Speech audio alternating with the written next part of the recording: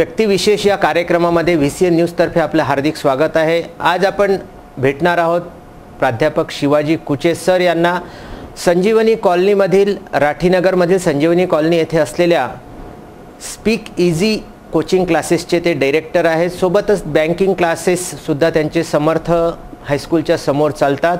अमरावतीमधील हे व्यक्तिमत्व आहे ज्यांनी इंग्लिश या विषयासाठी बरंचसं आतापर्यंत कार्य केलेलं आहे। स्पोकन इंग्लिशचे हे क्लासेस सुद्धा चालवतात। आपल्यापैकी अनेकांना एक प्रश्न असतो नेहमी की मला इंग्रजी बोलता येत नाही, मला इंग्रजी कदाचित वाचता येतं पण समजून घेता येत नाही, आणि समजून घेतल्यानंतर टॉकिंग इन इंग्लिश त्या दुसऱ्यासोबत ज्यावेळेस आपण वार्तालाप करतो त्याने जर समजा आपल्याला इंग्रजीमध्ये एखादा प्रश्न विचारला तर त्या प्रश्नाचं उत्तर देताना जर आपली तारांबळ उडत असेल, या सर्व विषयांसाठीच आपण आज आपल्या स्टुडिओमध्ये निमंत्रित केलेलं आहे प्राध्यापक शिवाजी कुचे सर यांना। नमस्कार सर। नमस्कार। VCN न्यूजच्या या स्टुडिओमध्ये आपलं हार्दिक स्वागत आहे। सर, अनेकांना आज प्रश्न असतात की म्हणजे ज्यांना इंग्रजी वाचता येतं पण समजत नाही किंवा बोलताना यांची तारांबळ उडते, ह्यासाठी आम्ही आज आपल्याला पाचारण केलेलं आहे की इंग्रजीची भीती प्रत्येकाच्या मनामध्ये सहसा असते। तर या विषयावरतीच आपण आज आम्हाला संपूर्णपणे मार्गदर्शन करणार आहात। अमरावतीमध्ये आपलं कार्य आहे, अमरावतीमध्ये आपण सर्व सुपरिचित आहे, विदर्भामध्ये सुद्धा आपलं नाव आहे। तर याच अनुषंगाने माझा आपल्याला पहिला प्रश्न असा आहे सर की इंग्रजीची सुरुवातीपासून आपल्या मराठी मुलाला जी इंग्रजीची भीती वाटते ती कशामुळे वाटते, इथून आपण या विषयाशी सुरुवात उकल करूया आता। हा फार चांगला प्रश्न आहे तुमचा। इंग्रजी बोलणे हे फक्त मराठी मीडियमच्या मुलाची अडचण नाही आहे, तर आज ती अडचण एका ऑफिसरची, MPSC पास झालेल्या अधिकाऱ्याची, एका कॉन्व्हेंटमधल्या शिकलेल्या विद्यार्थ्याची किंवा हे जनरल बिझनेसमॅनची ही फार मोठी अडचण झालेली आहे। आता ती अडचण का होते, कारण आपण जी इंग्रजी शिकलो त्याला सब्जेक्ट म्हणून आपण स्वीकारलं, त्याला अजूनही आपण लँग्वेज म्हणून स्वीकारलं नाही। क्लासमध्ये आपल्याला सांगितलं जायचं की तुला 10 मार्कचे टेन्सेस आहे, तुला 15 मार्कचे हा पार्ट येणार आहे। तो विद्यार्थी त्याला सब्जेक्ट समजत होता आणि सब्जेक्टमध्ये आपल्याला कसे चांगले मार्क्स भेटेल याच्यासाठी तो प्रयत्न करत होता, आणि त्या प्रयत्नामध्ये त्याने व्याकरण शिकलं। आणि शिकवताना शिक्षक मराठीतून सांगायचं की हा पार्ट फार महत्त्वाचा आहे किंवा इंग्रजी हा विषय फार महत्त्वाचा आहे, जर इंग्लिशमध्ये तुला मार्क्स चांगले मिळाले नाही तर तू यावर्षी तुला चांगले मार्क्स मिळणार नाही। त्याच वेळेस जर आपल्याला सांगितलं गेलं असतं की बेटा हे मार्क्स कमी जास्त झाले तरी चालतं, पण ह्या अकॅडमिक हायस्कूलच्या लाईफमधून बाहेर निघाल्यानंतर इंग्लिश बोलणे सुद्धा हा विषय असतो, त्याला आपण लँग्वेज म्हणून अजूनही स्वीकारलं गेलं नाही, त्याला सब्जेक्ट म्हणूनच राहिलं, त्यामुळे हा इंग्रजीचा एवढा घोळ झालेला आहे। बरेचशा मुलं माझ्याकडे येतात, त्यांना 98 मार्क्स इंग्लिशमध्ये मिळतं, याचा अर्थ काय झाला, 98 मार्क्स ज्या मुलाला आहे त्याचं व्याकरण फारसं चांगलं आहे आणि त्याला आकलन शक्ती त्याची चांगली आहे, आणि ज्या शिक्षकाने ज्या विद्यार्थ्याला 98 मार्क्स दिले, म्हणजे ज्या शिक्षकाने ज्या विद्यार्थ्याला 98 मार्क्स देण्यासाठी व्यवस्थित शिकवलं, शोकांतिका ते आहे की मी टीचर ट्रेनिंगला सुद्धा जातो आणि हजारो शिक्षक लोकांना ट्रेन केलं असताना शिक्षक लोकांना तीच अडचण आहे, ती विद्यार्थ्यांना आहे। म्हणजे मंडळी, आपल्या एक गोष्ट लक्षात आली असेल की सुरुवातीपासून ज्यावेळेस आपलं अकॅडमिक लाईफ सुरू होतं, नर्सरीची आपली ॲडमिशन असते, तेव्हापासून आपल्या मनामध्ये त्या इंग्रजीचा एक बाऊ तयार केला जातो, त्याच्या वाटी जायचं नाही। म्हणजे आता आपण जनरली मराठी म्हणा, हिंदी म्हणा, कुठल्याही सायडर जरी असलो तरी आपल्याला जनरली एक गोष्ट लक्षात येतं की इंग्रजी आणि गणित ह्या 2 विषयांना आपण बाऊ करून घेतो, आणि त्या बाऊ केल्यामुळं सरांनी जसं आपल्याला सांगितलं की त्या बाऊ त्याच्या वाटी जाऊ नको, त्याच्याकडे पाहू नको, तिकडे जाऊ नको, हा जो बाऊ आपण त्याचा करून घेतो, त्यामुळे कदाचित आपल्याला इंग्रजी या विषयाची भीती वाटते आणि इंग्रजीमध्ये आपण टॉकिंग करू शकत नाही। सरांनीच आता आपल्याला सांगितलं आहे की हा प्रश्न फक्त मुलांचा नाही आहे, तर MPSC पास झालेल्या किंवा टीचर्स असलेल्या अनेक लोकांचा हा प्रश्न आहे की त्यांना इंग्रजीमध्ये बोलता येत नाही आणि त्यामुळे ते कदाचित आयुष्यामध्ये मागे राहिलेले आहेत। सर, याला प्रतिप्रश्न माझा असा आहे आपल्याला की आज ज्यावेळी आपण इंग्रजीचा बाऊ करत करत लहानाचे मोठे होतो, आणि आता आपण सांगितलं की हा लहान मुलांचाच प्रश्न नाही आहे, मोठ्यांना सुद्धा याची गरज भासते, तर याच्यातून नेमका आपण म्हणजे वे काय शोधलेला आहे की आपण त्यांना मार्ग काय दाखवणार आहोत किंवा काय मार्गदर्शन करणार आहोत की जेणेकरून आपल्याला त्यांचा जो बाऊ आहे तो त्यातून दूर होईल। आता आपण जी शिकलेली पिढी आहे हा तर दूर करायचा प्रयत्न आपण करून राहिलेलो आहे, पण जी आता मधल्या वयातली पिढी आहे त्यांना जर समजा याच्यामुळे काही त्यांच्या व्यक्तिगत आयुष्यामध्ये काही कमतरता जाणवत असेल तर त्यांनी यासाठी नेमकं काय केलं पाहिजे? मी सांगितलं की आधी शिक्षकांनी इंग्रजी बोलणं सुरुवात करायला पाहिजे आणि सुरुवात करताना आपल्या इकडे एक फार मोठी शोकांतिका आहे की इंग्रजी शिक्षकानेच फक्त इंग्रजी बोलायला पाहिजे. मग एका क्लासमध्ये म्हणजे एका शाळेमध्ये जर 3 शिक्षक असेल, एक असतो 5वा 6वा 7वीला इंग्लिश शिकवणारा, एक असतो 8 9 10ला शिकवणारा आणि त्याच कॉलेजमध्ये किंवा त्याच हायस्कूलमध्ये ज्युनियर कॉलेज जर अटॅच असेल तर 11वी 12वीला. मग असं काय झालं की बरेच वेळा मला संस्था बोलावतात की सर आमच्या शाळेतील शिक्षक लोकांना तुम्हाला इंग्लिशसाठी ट्रेन करायचं आहे. तर जेव्हा सगळे शिक्षकांचं ट्रेनिंग घेतलं जातं आणि जेव्हा मला बोलावलं जातं आणि मी एखाद्या विषयावर त्यांना म्हणतो की तुम्हाला इंग्लिशमध्ये बोलायचं आहे, तर 5 6 7चे जे शिक्षक असतात ते हात दाखवतात 8 9 10च्या शिक्षकांकडे, 8 9 10चा शिक्षक हात दाखवतो 11वी 12वीकडे. तर आपण पहिले समजून घेतलं पाहिजे की इंग्रजी बोलण्याचा संबंध क्वालिफिकेशन सोबत नाहीये. म्हणजे एखादा मॅथ्स जरी शिकवत असेल तर त्याला चांगलं इंग्रजी बोलता येऊ शकतं, कारण तो इंग्लिश बोलणे ही सगळ्यांची जबाबदारी आहे. आपल्या मुलांना इंग्रजी अडचण का जातं, कारण इंग्रजीच्या शिक्षकाने इंग्रजी बोलायला पाहिजे, बाकीचे मराठीत बोलले तरी चालतं. म्हणजे अमरावती युनिव्हर्सिटीला जेव्हा नॅक कमिटी येतं आणि नॅक कमिटीचे जे मेंबर्स असतात ते आपल्या प्राध्यापकांसोबत इंग्लिशमध्ये बोलतात. एका प्राध्यापकाने सांगितलं की सर तुम्ही माझ्यासोबत मराठी बोला. त्याचं कारण असं आहे की मी सोशलॉजीचा प्राध्यापक आहे आणि मला इंग्लिश येत नाही. तर त्या लोकांना फार आश्चर्य वाटलं, विदर्भातली ही टेंडन्सी पाहून त्यांना फार आश्चर्य वाटलं. त्या व्यक्तीने विचारलं की का बरं इंग्रजीचा आणि इंग्रजीच्या शिक्षकाचा का संबंध. ते म्हणाले की इंग्रजीच्या प्राध्यापकाला तुम्ही इंग्रजीचं विचारा, आम्हाला मराठीत सांगा. तर त्या नॅक कमिटीच्या एका प्राध्यापकाने विचारलं आणि खूप सुंदर इंग्लिशमध्ये बोलत होता. सर म्हणे तुम्हाला काय वाटते माझं शिक्षण काय असेल. तर म्हणते सर तुम्ही MA इंग्लिश असाल. म्हणजे आपल्या इकडे असं समजलं जातं एखादा माणूस जर इंग्लिशमध्ये बोलला तर लगेच आपण त्याला म्हणतो की तुमचं इंग्लिश लिटरेचर होतं का, किंवा तुम्ही MAला चांगले मार्क्स होते का, तुम्ही कॉन्व्हेंटमध्ये शिकले का. तर त्या कॉन्व्हेंटमध्ये शिकायचा किंवा MA इंग्लिश करण्याचा इंग्लिश बोलण्यासोबत काहीच संबंध नसतो. तर नॅक कमिटीच्या मेंबरना सांगितलं की तुम्हाला काय वाटतं माझं शिक्षण काय असेल. त्यांनी सांगितलं की सर तुम्ही MA इंग्लिश असाल. तर त्यांनी सांगितलं की माय डिअर फ्रेंड, अरे माझं MA मराठीत झालाय आणि PhD तुकाराम महाराजवर झाली आहे, कारण त्याचा इंग्लिश बोलण्यासोबत काही संबंध नाही. म्हणजे शाळेतला चपराशी सुद्धा सुंदर इंग्लिशमध्ये बोलू शकतो. शाळेतला एखादा इंग्रजी शिक्षक चांगला शिकवू शकते पण इंग्रजी बोलता येऊ शकत नाही. इंग्रजी बोलण्याचा संबंध सब्जेक्ट सोबत नाही. इंग्रजी बोलण्याचा संबंध हा फक्त प्रॅक्टिस सोबत आहे. ज्याला इंग्रजी बोलण्याची आवड आहे, म्हणजे तुम्ही जर साऊथला गेलात किंवा गोव्याला गेलात तर एक नॉर्मल माणूस म्हणजे कुली, म्हणजे मी जेव्हा साऊथला गेलो तर कुली माझ्यासोबत इंग्लिशमध्ये बोलत होता. मग मी त्याला काय विचारायचं की तुझं MA झालं आहे का, तुझं इंग्लिश लिटरेचर होतं का. म्हणजे आपल्या इकडे हा फार मोठा गैरसमज आहे. म्हणजे जेव्हा मी इंग्लिशमध्ये बोलायला लागतो तर सर तुम्ही MA कुठल्या वर्षी केलं म्हणतं. तर मला सांगताना काही वाईट वाटत नाही की माझं MA नाही झालं, माझं फक्त BA झालं. आणि BAला सुद्धा मला 5 वर्ष लागले पास होण्याकरता. आणि मी हे सांगतो की मी ज्या ज्या गोष्टी तुम्हाला सांगत आहे की असं असायला पाहिजे, पण दुर्भाग्याची गोष्ट मला तसं हायस्कूलमध्ये मिळालं नाही. म्हणजे मी 10वा नापास विद्यार्थी श्री शिवाजी हायस्कूल खाडतळगाव या सेंटरमधून मी 10वा वर्ग नापास झालो आणि माझा इंग्लिशच विषय राहिला होता. इंग्लिश विषयात मला फक्त 4 मार्क्स मिळाले होते. नंतर 2 वर्ष शेती केली, शेतात काम केलं आणि शेतात काम केल्यानंतर पुन्हा ऑक्टोबरचा फॉर्म भरला आणि पुन्हा परीक्षा दिली. त्यासाठी मी पुन्हा परीक्षा दिली आणि पुन्हा परीक्षा देत असताना नापास झालो. शेवटी गावात एक शाळा उघडली, त्या शाळेमध्ये रिॲडमिशन्स घेतली आणि रिॲडमिशन्स घेतल्यानंतर त्या सेंटरमधून पास झालो आणि 41% पास झालो.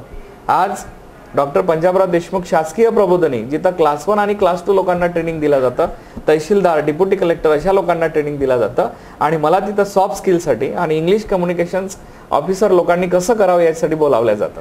तर त्यासाठी त्याचा काही संबंध नव्हता. मला इंग्रजी बोलणं आवडतं म्हणून मी शिकलो. आणि कसं शिकलो तर शिकत गेलो. पहिले चुका करावं लागतं, त्याला म्हणतात ब्रोकन इंग्लिश. ब्रोकन इंग्लिश म्हणजे तुटकं मुटकं इंग्लिशमध्ये बोलणं. एक तर मैं समजू नाही तो खुदा असं इंग्लिश तुम्हाला बोलावं लागतं. म्हणजे आपल्यालाही समजत नाही आपण काय बोलून राहिलो.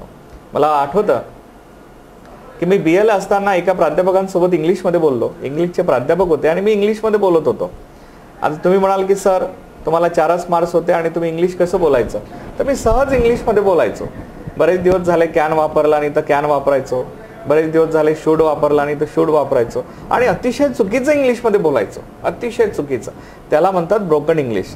तर एखाद्या व्यक्तीला जर इंग्लिशमध्ये बोलायचं असेल तर त्याला ब्रोकन इंग्लिश बोलावं लागतं, अतिशय चुकीचं इंग्लिशमध्ये बोलावं लागतं. त्या प्राध्यापकांनी मला विचारलं, त्या शिक्षकांनी मला विचारलं की शिवाजी, तू तर माझ्यासोबत इंग्लिशमध्ये बोलून राहिला, पण तू काय बोलून राहिला हे मला काहीच समजून नाही राहिलं. मी त्यांना सांगितलं की सर, तुम्हाला काय वाटतंय, मला समजून राहिलं मी काय बोलून राहिलो, पण मी बोलत होतो इंग्लिश. म्हणजे त्याला म्हणतात ब्रोकन इंग्लिश, तुटकं मुटकं इंग्लिश. आता हे बोलण्यासाठी कोणी लोक तयार होत नाही. त्यांना असं वाटतं की इंग्लिशमध्ये आपण चुकीचं बोललं तर कोणी रिपोर्ट देईल, रिपोर्ट दिल्यानंतर पोलीस स्टेशनमध्ये केस होईल, पोलीस स्टेशनमध्ये केस झाल्यानंतर अर्ध्या रात्रीचे पोलीस येतील, त्यांना पकडून जाईल, पकडून घेतल्यानंतर त्यांच्यावर कोर्टात त्यांच्यावर हे होईल, गुन्हा दाखल होईल. मग जज समोर त्यांना उभं केलं जाईल. जज मग त्यांना विचारेल की बेटा तू याच्या पुढे चुकीचं इंग्लिश बोलशील का, आणि तो गीतेवर हात घेऊन सांगेल की मी याच्या पुढे चुकीचं इंग्लिश बोलणार नाही. तर अशी भीती आहे. पहिले तुम्हाला चुकीचं इंग्लिशमध्ये बोलावं लागतं. मी प्रचंड चुका केल्या, फार चुकीचं इंग्लिशमध्ये बोलायचो आणि चुकीचं इंग्लिशमध्ये बोलण्यासाठी कोणी तयार होत नाही, कारण अहंकार दुखवला जातं, त्याचं शिक्षण आडवं येतं. त्याला असं वाटतं की माझं MA झालं, माझी PhD झाली. आता युनिव्हर्सिटीचे बरेचसे लोक माझ्याकडे येतात, ते म्हणतात की सर तुमच्याकडे आम्हाला क्लास लावायचा आहे, पण अशी बॅच द्या ज्या बॅचमध्ये विद्यार्थी नाही. असे कितीतरी कॉलेजचे प्राध्यापक येतात, ते म्हणतात की सर आम्हाला इंग्लिश शिकायचे आहे, पण अशी बॅच द्या ज्या बॅचमध्ये विद्यार्थी नाही. अरे तुम्ही तुमच्या सब्जेक्टमध्ये चांगलेच आहात. एखादा केमिस्ट्री शिकवत असेल तर तो केमिस्ट्री विषयात चांगलाच आहे. मला इंग्लिश बोलता येते याचा अर्थ मी केमिस्ट्री चांगलं शिकू शकतो असं नाही. मला अजूनही मॅथमॅटिक्स काहीच येत नाही. म्हणजे साधारण दुधाचा हिशोब जरी करायचा असला तर मला गणित, 4थ्या वर्गाचं गणित सुद्धा येत नाही, कारण मी त्या विषयात पुअर आहे. मग मला गणित शिकायचं असेल तर चांगल्या शिक्षकाकडे जावं लागेल, त्याच्याकडनं धडे शिकावं लागेल. त्याच प्रकारे तुम्ही जे प्राध्यापक मंडळी असतात किंवा ऑफिसर असतात, इंग्लिश शिकण्यासाठी थोडा संकोच करतात. अरे तुम्ही तुमच्या विषयात चांगलेच आहात. तुम्ही जर MPSC पास झाले तर एक कठीण एक्झाम आहे. माझ्याकडे 2-3 IAS लोक सुद्धा आहेत, त्यांचं नाव सांगण्याची गरज नाही, UPSC क्वालिफाय आहे. आता त्यांच्या टॅलेंटवर कुठं डाऊट घ्यायचा काही प्रश्नच येत नाही, पण ते इंग्लिशमध्ये बोलताना डिफिकल्टीज येतं. तर ते माझ्यासोबत येतात, प्रॅक्टिस करतात आणि प्रॅक्टिस करता करता हा विषय निघतो. हा विषय फक्त प्रॅक्टिसचा आहे. मी जर इंग्लिशमध्ये बोलत असेल याचा अर्थ असा नाही की मला फार नॉलेज आहे, माझं प्रॅक्टिस चांगली आहे. म्हणजे मेट्रो सिटीत जर आपण गेलात तर तुमच्या लक्षात येईल त्यांचं ग्रामर फारसं चांगलं नसतं. म्हणजे मुंबईला गेलात तर त्या मुंबईला माझे क्लासेस मी आधी घ्यायचो, आता मला बोलावलं जातं. आताच मी LIC हाऊसिंग फायनान्ससाठी गेलो होतो आणि सगळे ऑफिसर्स होते. तर ते बोलतात, पण ते एवढे चुकीचं बोलतात, आपण एकदम इम्प्रेस होऊन जातो. आपल्याला असं वाटतं की अरे बापरे काय छान बोलत आहे. पण तुम्ही जर बारीक पाहिला तर आपलीकडला मुलगा त्या तुलनेत ग्रॅमॅटिकली फार करेक्ट आहे, पण अतिशय इन्फेरिटी कॉम्प्लेक्स असल्यामुळं तो बोलत नाही. आता हा कॉम्प्लेक्स काढण्यासाठी त्याला सतत बोलावं लागेल, कंटिन्यू बोलावं लागेल. बोलता बोलता बोलता म्हणजे त्याच्या स्टेजेस असतात. आधी येतं ब्रोकन इंग्लिश, म्हणजे अतिशय चुकीचं इंग्लिशमध्ये बोलायचं. ते आपोआप स्पोकनवर जातं, म्हणजे आपोआप जातं. मी जरी इंग्लिश स्पीकिंगचे क्लास घेत असलो तरी इंग्लिश स्पीकिंगचा क्लास हा जगातला सगळ्यात फेल्युअर क्लास आहे, कारण कोणी कोणाला लँग्वेज शिकू शकत नाही. लँग्वेज येतं ती फक्त प्रॅक्टिसनं. नाही तर आयुष्यभर जे शिक्षक लोक व्याकरण शिकवतात त्यांना आधी इंग्लिशमध्ये बोलता आलं असतं, पण ते त्यांचं नॉलेज असतं, पण प्रॅक्टिस कमी असतं. इंग्लिश येतं फक्त बोलण्यानं आणि चुकीचं बोलण्यानं. सुरुवातीला अतिशय चुकीचं बोलायचं, ते स्पोकनवर जातं. स्पोकन म्हणजे ते ग्रॅमॅटिकली होतं आणि त्यानंतर ते नेटिव्ह होतं. आता नेटिव्ह इंग्लिश म्हणजे बोलणं म्हणजे काय, आता तुम्हाला उदाहरण देतो स्पोकन आणि ब्रोकनचं. आता 2 लोक आहे आणि 2 लोकांना नागपूरला जायचं आहे. आता नागपूरला जायसाठी ते पंचवटीला जाईल. तिथे एक माणूस आहे, त्याला विचारायचं आहे की नागपूरला जाण्यासाठी मार्ग कुठला. आता नागपूरला जाण्यासाठी मार्ग कुठला हे इंग्लिशमध्ये विचारायचं आहे.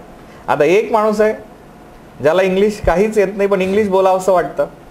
एक माणूस आहे ज्याला इंग्रजी चांगलं येतं. मग ज्याला चांगलं येतं तो आधी काय विचारेल की excuse me sir, could you tell me which way proper to go Nagpur.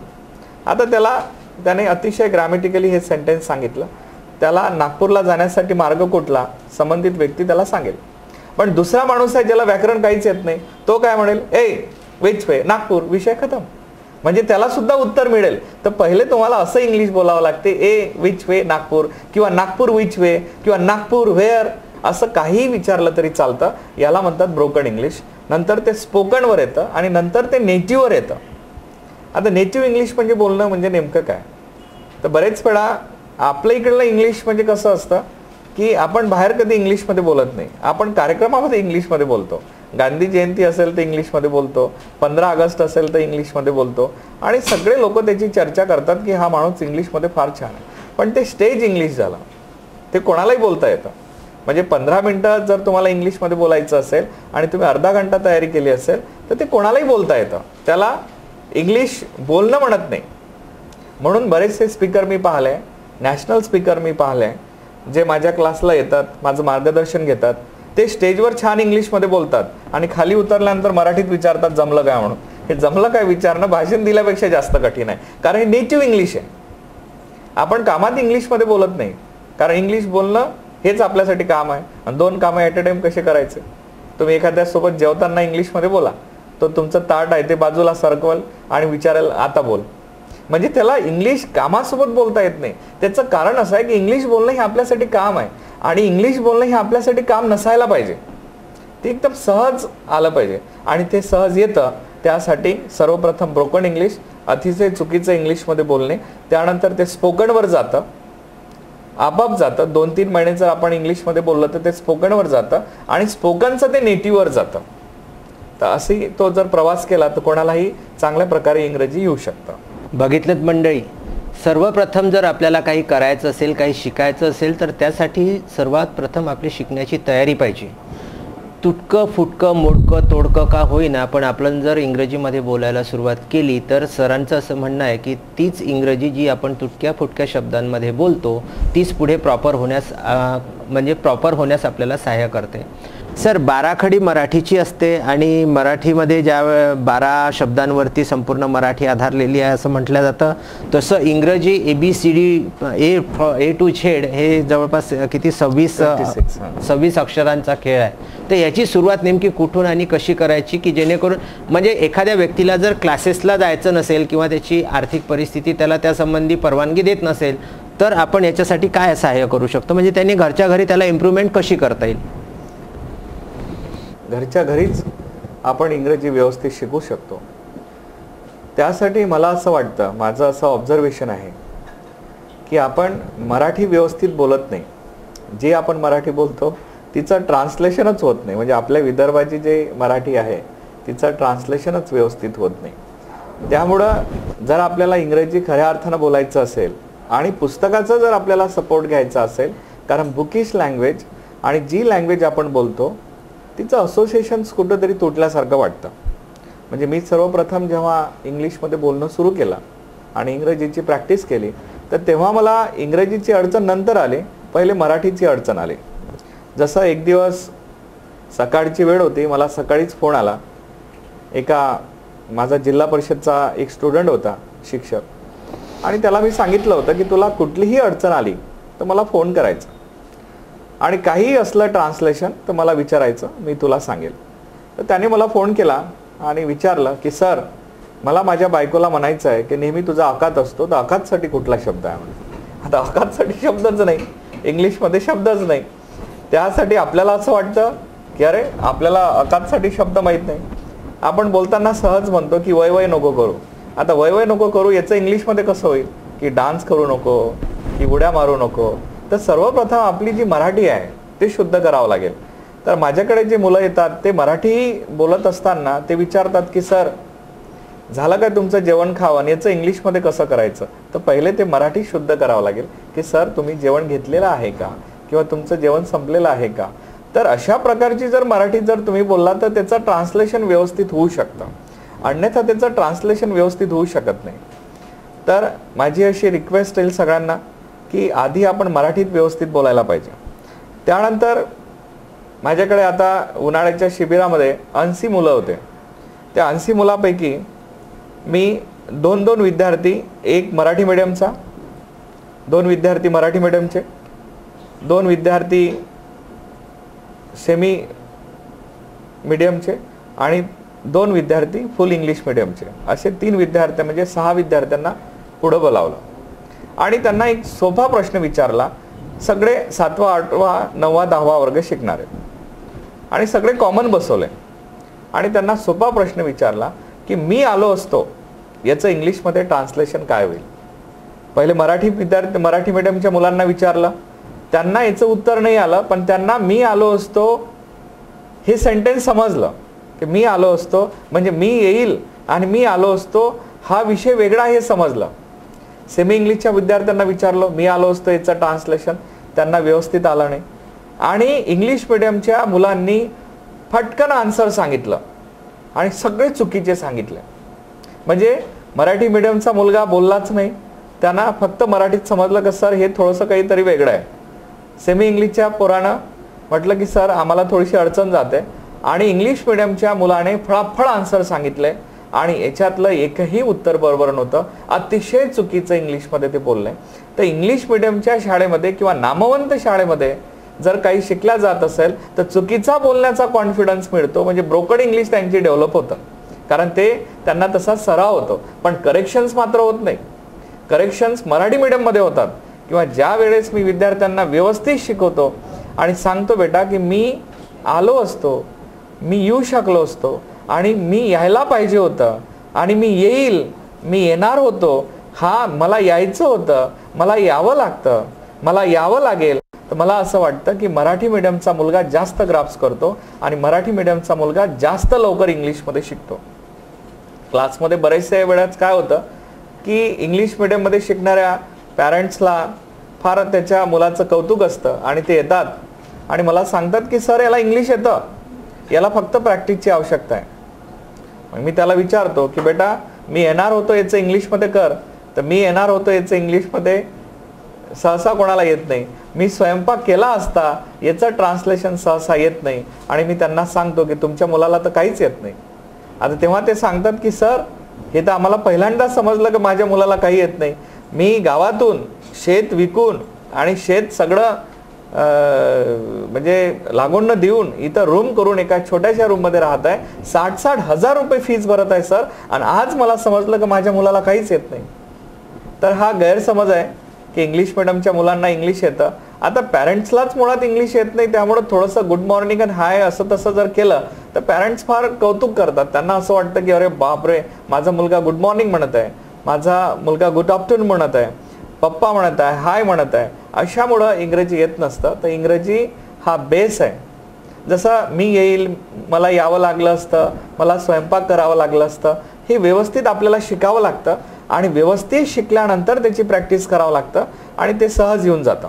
पण त्याचा संबंध मराठी मिडियमच्या विद्यार्थ्यासोबत अजिबात नाही, किंवा सेमीचा विद्यार्थ्यासोबत नाही आहे, किंवा इंग्लिश मिडियमच्या विद्यार्थ्यासोबत अजिबात नाही आहे. उलट तर मी म्हणेल की मराठी मिडियमचा पोरगा थोडा विचार करतो की मी आलो असतो आणि मला यावं लागलं असतं, याच्यात काय फरक आहे, त्याला कधीतरी जाणवतं आणि तो लवकर जास्त इंग्लिशमध्ये शिकतो.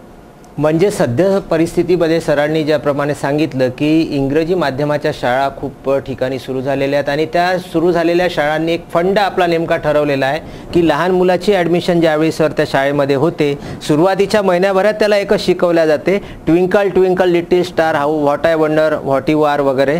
आणि ज्यावेळी तो मुलगा किंवा ती विद्यार्थिनी आपल्या घरी जाऊन संध्याकाळीच्या वेळी आई वडिलांना आपल्याला ट्विंकल ट्विंकल म्हणून दाखवते, त्यावेळी आई वडिलांना स्वर्ग दोनच बोटं उरलेलं असतं. पण त्याच्यामध्ये नेमकं काय दडलेलं आहे हे सरांनी आता आपल्याला सांगितलं. इंग्रजीच्या नुसतं मागे लागून अर्थ नाही आहे.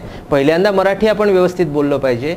ती मराठी व्यवस्थित झाल्यानंतर मग आपण त्याचं इंग्रजीमध्ये व्यवस्थित ट्रान्सलेशन करतो. म्हणजे जर समजा आता मला एक गोष्ट आठवते की मी शिकत असताना इंग्रजीचे एक फार मोठी व्यक्ती होती आणि ज्यांचं नाव आज आदरानं घेतलं जातं, प्राध्यापक डॉक्टर चित्तरंजन सर हे इंग्रजीचे व्याख्याते होते आणि युनिव्हर्सिटीमध्ये त्यांचं अमरावती युनिव्हर्सिटीतच नाही तर बाहेर पण भरपूर नाव होतं. ज्यावेळी त्यांनी एकदा आमच्या कॉलेजला व्हिजिट केली होती सर, त्यावेळी चुकीच्या म्हणजे बोलण्यामुळे काय अनर्थ घडतो ते सुद्धा माझ्यासोबत एकदा घडलेलं आहे की मला असं म्हणायचं होतं की I am taking inspiration from you. तर त्यावेळी माझ्या चुकीच्या बोलण्यामुळे टेकिंगच्या ऐवजी गिव्हिंग वापरला गेला होता आणि फार मोठा घोळ होता त्यावेळी वाचला होता. तर आपण आज घरातल्या घरात इंग्रजी सुद्धा व्यवस्थित बोलू शकतो. सरांचा थोडासा जो प्रश्न आहे, सर आपण घरात नेमकी कशी प्रॅक्टिस आणि कुठल्या ठिकाणी प्रॅक्टिस केल्यानं आपल्याला इंग्रजी स्वतःशी बोलल्याने किंवा आरशासमोर बोलल्याने असं काही कुठले प्रकार आहेत का ज्याच्यामध्ये किमान कौशल्य आपण जर सांगितलं तर एखादी व्यक्ती किंवा ज्याला आपल्याला टीच करायचं आहे असं तो व्यक्ती घरातल्या घरात इंग्लिश बोलू शकतो का? आपण घरातल्या घरात छान इंग्लिशमध्ये बोलू शकतो. बऱ्याचशा ट्रेनिंगमध्ये मी जेव्हा इंग्लिशमध्ये भाषण देतो तेव्हा लोक सांगतात की you are speaking so nice and you are using so simple words. The words which I use they might have learn, we might have learn in 5th standard. 5व्या वर्गात आपण ते शब्द वापरले असतील. महाराष्ट्रातलं एकही असं कॉलेज नाही आहे where I did not deliver my speech. But I would like to tell you I haven't, I am telling this statement very responsibly, I haven't use up to now more than 100 words. मी 100 शब्दाच्या वर कधी शब्द वापरले नाही. बरेच वेळा लोक विचारतात की सर इंग्लिश बोलण्यासाठी किती शब्द साठा हवा. मी म्हणतो तुम्हीच सांगा. तर आम्हाला असं वाटतं सर निदान 10,000 तरी. तर एवढ्या शब्दांची आवश्यकता नसतं. तर कसं असतं की आपण बँकमध्ये काही पैसे ठेवतो. आपण कशासाठी बँकमध्ये पैसे ठेवतो की भविष्यात आपल्याला काही अडचण आली तर आपण बँकमध्ये जाईल आणि ते पैसे काढेल आणि आपल्याला ज्याला द्यायचं असेल त्याला देऊन देतो. 10,000 5,000. पण रस्त्यानं जात असताना गुपचूपची गाडी दिसली आणि 2 रुपयाची गुपचूप जर खायची इच्छा झाली तर आपण ATM मध्ये जात नाही किंवा बँकमध्ये जात नाही. तेवढे पैसे आपल्या खिशात असतं.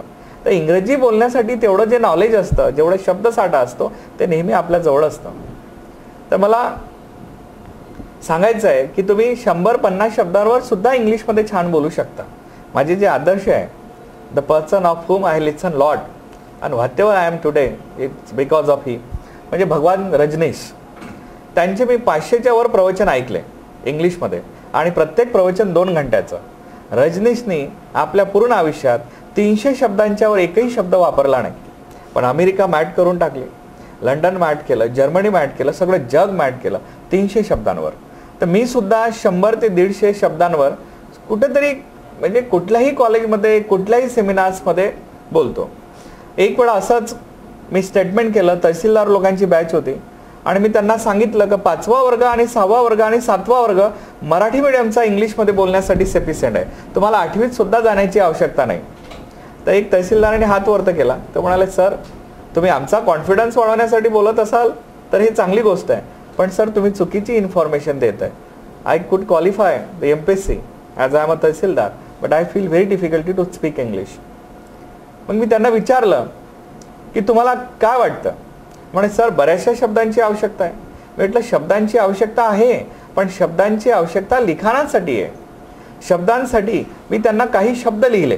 म्हटलं सी म्हणजे पाहणे. म्हणे हो सर. लुक म्हणजे पाहणे. हो सर. ऑब्झर्व म्हणजे पाहणे. हो सर. ग्लिम्स म्हणजे ओझरते पाहणे. ओगल म्हणजे वाकड्या नजरेने पाहणे. स्निगर म्हणजे तुच्छतेने पाहणे. लिअर म्हणजे वाईट नजरेने पाहणे. मग असे शब्द लिहिले. म्हटलं सर याच्यातले शब्द किती माहित आहे तुम्हाला. म्हणे सर मला सी हा शब्द माहित आहे. सी म्हणजे पाहणे. लुक म्हणजे पाहणे. ऑब्झर्व म्हणजे निरीक्षण करणे. ओगल म्हणजे वाकड्या नजरेने पाहणे. गिगल म्हणजे गोगल म्हणजे आश्चर्याने पाहणे. म्हटलं हे शब्द माहित आहे का. म्हणे नाही. म्हटलं these words are beautiful but these words are beautiful in books only. मग आता आपल्याला म्हणायचं आहे की पियर म्हणजे निरखून पाहणे आणि आपल्याला निरखून पाहण्यासाठी शब्द माहित नाही. एक माणूस माझ्या दुकानात आला. त्याला एक पेन विकत घ्यायचा होता आणि पेन विकत घेण्याच्या आधी तो निरखून पाहत होता. मग man had come in my shop and he wanted to buy this pen and before buying this pen he was peering it. आता पिअरिंग शब्द मला माहित नाही. आता मला सी शब्द माहित आहे. पण इंग्लिश बोलण्याची कला कशी असते. He was seeing again and again. तो पुन्हा पुन्हा पाहत होता म्हणजे पियर. आता अगेन अँड अगेन शब्द तुम्हाला माहित आहे आणि सीइंग शब्द माहित आहे. लुकिंग अगेन अँड अगेन म्हणजे पुन्हा पुन्हा पाहणे. पुन्हा पुन्हा पाहणे म्हणजे निरखून पाहणे. त्या माणसानं त्या माणसाला मारलं कारण तो माणूस त्याच्या वाईफकडे पाहत होता. आता पाहासाठी कोणी मारत नाही पण वाईट नजरेने पाहत होता म्हणजे leering to see towards girls with sexual desire. आता लिअर LEER लिअर म्हणजे वाईट नजरेने पाहणे. आता सर्वसामान्य माणसाला लिअर शब्द माहित नसतो. तर आपण काय म्हणायचं ही वॉज बिटन. त्याला मारण्यात आलं because he was leering his wife. असं न म्हणता he was leering to his wife न म्हणता he was looking to his wife badly. तो त्याच्या वाईफकडे फार बॅडली नजरेनं पाहत होता. Very bad intentionally. फार वाईट हेतून पाहत होता. तर ही इंग्लिश बोलण्याची कला असतं. तर एका तहसीलदारानं मला म्हटलं की सर तुम्ही आमचा कॉन्फिडन्स वाढवण्यासाठी बोलता. तेव्हा मी एक सेंटेन्स लिहिलं. एक फळ्यावर सेंटेन्स लिहिलं. ते सेंटेन्स असं होतं की मला बोलावंसं वाटलं म्हणून बोललो. मला वाटलं नाही त्याला एवढं वाईट वाटेल. आणि जर मला माहित असतं की त्याला वाईट वाटतं तर तुला काय वाटतं मी त्याच्यासोबत बोललो असतो का? तर मी त्यांना विचारलं की सर यामध्ये किती सेंटेन्स असतंय? म्हणजे सर भरपूर सेंटेन्स आहे. मी म्हटलं बघा, मला बोलावंसं वाटलं म्हणून बोललो. आता हे इंग्लिशमध्ये कसं होईल? I failed to speak so I spoke, किंवा I failed like speaking so I spoke. आता मला बोलावंसं वाटलं म्हणून बोललो, तर वाटण्यासाठी कुठला शब्द आहे म्हटलं? मी फळ्यावर लिहिलं. म्हणजे सर फील, मग फील लिहिला. म्हणून बोललो, तर बोलण्यासाठी कुठला शब्द आहे म्हटलं स्पीक, मग स्पीक दुसरा लिहिला. मग मला बोलावंसं वाटलं म्हणून बोललो, मला वाटलं नाही, पुन्हा फील आला. त्याला वाईट वाटेल, पुन्हा फील आला. जर मला माहित असतं, म्हणजे माहित असण्यासाठी कुठला शब्द आहे म्हटलं सर? तर म्हणे नो. जर मला माहित असतं की त्याला वाईट वाटतं, पुन्हा फील आला. तर तुला काय वाटतं? पुन्हा फील आला. मी बोललो असतो का? पुन्हा स्पीक आला. म्हणजे या पूर्ण सेंटेन्स मध्ये मी शब्द किती वापरले? फील, स्पीक आणि नो. आता हे शब्द आपण कुठल्या वर्गात शिकलो? आपण हे 5व्या वर्गात शिकलो. पण आपल्याला असं वाटतं की मला बोलावंसं वाटलं म्हणून बोललो, मला वाटलं नाही त्याला एवढं वाईट वाटेल. जर मला माहित असतं की त्याला वाईट वाटतं तर तुला काय वाटतं मी त्याच्यासोबत बोललो असतो का? एवढ्या साधारण चिल्लर सेंटेन्ससाठी कॉन्व्हेंटमध्ये शिकण्याची आवश्यकता नाही मला असं वाटतं. तर बोलणारा व्यक्ती कसा करतो? बोलणारा आपल्याला इम्प्रेस करण्याचा प्रयत्न करतो. तो कसा करेल? I failed like speaking so I spoke. I did not think you would feel so bad. If I had known that he feels bad, then what do you think would I have spoken with him. आपण पहिलेच इंग्लिशला घाबरलो असतो आणि आमच्यासारखे लोक काय करतात? मुद्दामून fast इंग्लिशमध्ये बोलतात आणि पुढच्या व्यक्तीला इन्फिनिटी कॉम्प्लेक्स निर्माण करतो. आता हे सेंटेन्स पाहणं किती सोपं आहे. I failed like speaking so I spoke. मला बोलावंसं वाटलं म्हणून बोललो. मला वाटलं नाही, आय डिड नॉट थिंक त्याला एवढं वाईट वाटेल, he would feel so bad. जर मला माहित असतं, इफ आय हॅड नोन, की त्याला वाईट वाटतं, दॅट ही फील्स बॅड, तर तुला काय वाटतंय? What do you think? मी त्याच्यासोबत बोललो असतो का? Would I have spoken with him. किती साधे शब्द मी वापरले. तर साधारण शब्दातच आपण इंग्लिशमध्ये बोलू शकतो. छोट्या छोट्या शब्दात इंग्लिशमध्ये बोलू शकतो. 100 आणि 150 शब्द इंग्लिशमध्ये बोलण्यासाठी सफिशियंट आहे. सर्वप्रथम आपण सर्वसाधारण जे पुस्तक असेल, साधारण पुस्तक असेल, ते आपण पुस्तक विकत घ्यायचं, त्याच्यात टेन्सेस पाहायचे, त्याची प्रॅक्टिस करायची आणि छोटे छोटे सेंटेन्स तयार करायचे. तर घरीच आपण सुंदर इंग्लिशमध्ये बोलू शकतो. त्यासाठी कुठला क्लास लावण्याची किंवा कॉन्व्हेंटमध्ये शिकण्याची अजिबात आवश्यकता नाही. आणि दुसरा प्रश्न असतो की सर आम्ही इंग्लिशमध्ये बोलतो, पण इंग्लिश बोलताना लोक हसतात. आता जेव्हा मी इंग्लिशमध्ये बोलणं सुरू केलं तर लोक माझ्यावरही हसायचे, पण मी त्याला फार पॉझिटिव्ह घेतलं. मला असं वाटलं की लोकांना रडवणं अतिशय चुकीची गोष्ट आहे. पण आपल्या चुकीच्या इंग्लिशमध्ये लोक हसत असेल तर आपण देवाचं काम करून राहिलो. We are doing the work of God to make people laugh. And by listening your wrong English, if someone get the smile on their face, so how nice work we are doing. आपण तर देवाचं काम करत आहे. तर मी त्याला positive घेतला. ते हसायचे, मी सुद्धा हसायचो आणि असं करता करता ते डेव्हलप झालं. तर घरी सुद्धा आपण इंग्रजी छान प्रकारे बोलू शकतो आणि घरीच बोलू शकतो. ते फार इझी आहे. छोटे छोटे शब्द. पण आपल्याला सजेस्ट असं केलं जातं की इंग्लिशमध्ये बोलायचं आहे तर तुम्ही न्यूजपेपर वाचा. त्या न्यूजपेपरमधले कठीण शब्द असतात, त्याने तुम्ही इंग्लिश समृद्ध करू शकता. कारण मी कॉम्पिटिटिव्ह एक्झामचे क्लास घेतो, तर मी कंपल्सरी इंग्लिश न्यूजपेपर वाचायला लावतो. बँकिंगला मी शिकवतो तर त्यांचे खूप सारे मी शब्द पाठ करून घेतो आणि ते शब्द त्यांच्या होतात. पण सर्वसाधारण माणसाला जर फक्त इंग्लिशमध्ये बोलायचं असेल तर त्यासाठी त्याला जास्त शब्दांची आवश्यकता नको. त्याला सर्वसाधारण जे 100-200 शब्द आहे त्यामध्ये तो सुंदर इंग्लिशमध्ये व्यवस्थितरित्या इंग्लिशमध्ये बोलू शकतो. फार सुंदर विवेचन सरांनी आता आपल्याला सांगितलं की इंग्लिश बोलण्यासाठी कुठल्या वस्तूंची आवश्यकता आहे, कुठल्या शब्दांची आवश्यकता आहे आणि किती किमान शब्द वापरून आपण घरच्या घरी आपलं इंग्लिश इम्प्रूव्ह करू शकतो. मंडळी, व्यक्तिविशेष या सदरामध्ये अशाच आज प्राध्यापक शिवाजी कुचे सर आपल्या इथे होते. अशाच अनेक मान्यवरांच्या आपण भेटीगाठी घेणार आहोत आणि त्यांच्याशी वार्तालाप करणार आहोत. ज्या सेलिब्रिटीज आपल्या इथे येणार आहेत त्या सर्वच विषयांशी अनुरूप असणार आहेत. अशा अनेक वेगवेगळ्या व्यक्तींची भेट आपण आपल्यासाठी खास घेऊन आलेलो आहेत व्यक्तिविशेष या कार्यक्रमामध्ये. दररोज सायंकाळी 7 वाजता बघायला विसरू नका व्यक्तिविशेष. तोपर्यंत पाहत राहा VCN न्यूज. धन्यवाद. नमस्कार.